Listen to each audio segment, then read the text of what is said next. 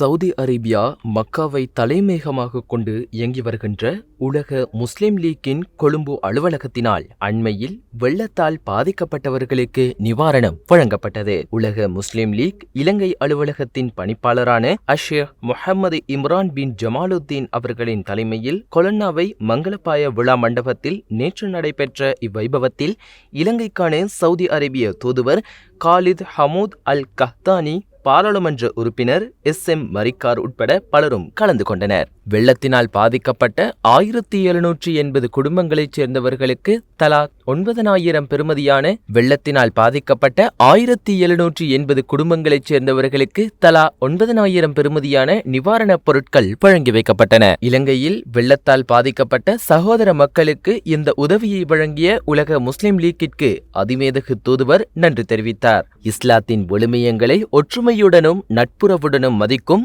உலக முஸ்லிம் லீக்கின் மனிதாபிமான செய்தியை மேம்படுத்தும் வகையில் இந்த உதவி மேற்கொள்ளப்பட்டு வருகிறது என்றும், அனைவரையும் எல்லா தீங்குகளிலிருந்தும் பாதுகாக்க எல்லாம் வல்ல இறைவனை பிரார்த்திப்பதாகவும் தூதர் தெரிவித்தார். உலக முஸ்லிம் லீக்கானது ஆதரவற்றோர் மற்றும் தேவையுடையவர்களுக்கான உதவிகளை இலங்கையிலும் உலகின் பல நாடுகளிலும் செய்து வருகின்றது.